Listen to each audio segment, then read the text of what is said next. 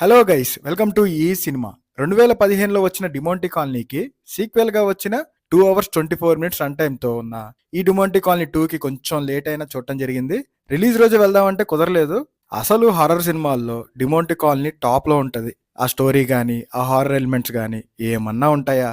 భయపెడతంలో కూడా next level అంతే. మనకి ఈ సెకండ్ పార్ట్ అర్థం అవ్వాలి అంటే ఖచ్చితంగా ఫస్ట్ పార్ట్ చూడాల్సిందే.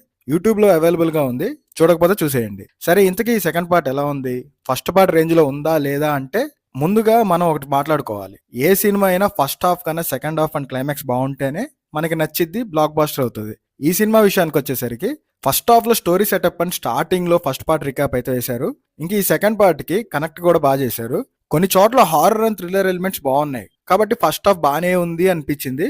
బట్ సెకండ్ హాఫ్ లో హారర్ అండ్ థ్రిల్లింగ్ ఎలిమెంట్స్ ఉన్నా కొంచెం స్ట్రెచ్ చేశారనిపించింది. హారర్ కూడా ఇంకొంచెం పెట్టాల్సింది. క్లైమాక్స్ ఒక కొత్త పాయింట్ ఎండ్ చేశారు, అదైతే బాగుంది. ఓవరాల్ గా ఒక్క ముక్కలో చెప్పాలంటే సెకండ్ హాఫ్ ఇంకొంచెం బెటర్ గా ఉండుంటే సినిమా రిపిచ్చేది. నాకైతే అబవ్ యావరేజ్ అనిపించింది గైస్.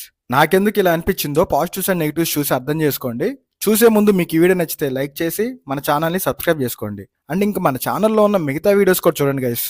సరే, ఇక లేట్ చేయకుండా ముందుగా పాజిటివ్స్ చూసేద్దాం.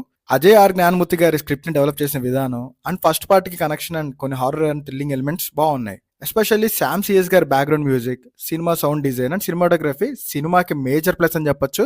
అరుణ్ నితి అండ్ ప్రియా భవానీ శంకర్ గారి పర్ఫార్మెన్సెస్ కూడా బాగున్నాయి. ఇంకా మిగతా వాళ్ళు కూడా పర్లేదు, బాగానే చేశారు. ఇక నెగిటివ్స్ అంటారా?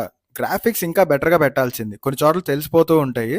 సెకండ్ హాఫ్ లో ఒకే ప్లేస్ లో జరగటం అండ్ హారర్ ఎలిమెంట్స్ కొంచెం తగ్గటం వల్ల బాగా స్ట్రెచ్ చేశారనిపించింది, కొంచెం తగ్గింది.